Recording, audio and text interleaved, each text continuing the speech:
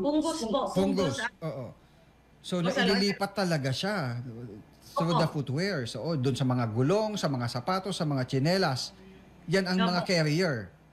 Po. Kaya po, actually, in coordination with the plant quarantine, need po talaga ng mga biosafety checkpoints, merong mga disinfectants. Kasi sinasabi nyo nga po, for example, from Davao to Sarangani, madadala talaga yan sa gulong, sa mga sapatos. Kasi yung spores ng fungus, madadala yan sa soil.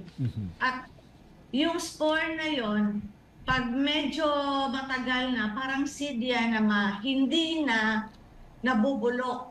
Oo. It remain in the soil years and years. Kaya sinasabi, mahirap talaga i-manage ang fusarium. So aside from we need all those checkpoints for disinfectants, we also need disinfectation sa different farms. So dapat may sariling disinfestation measures ang mga farms, ang mga laborers. And of course, sa farms mismo, they should have the good agricultural practice. Na dapat malinis yung tanim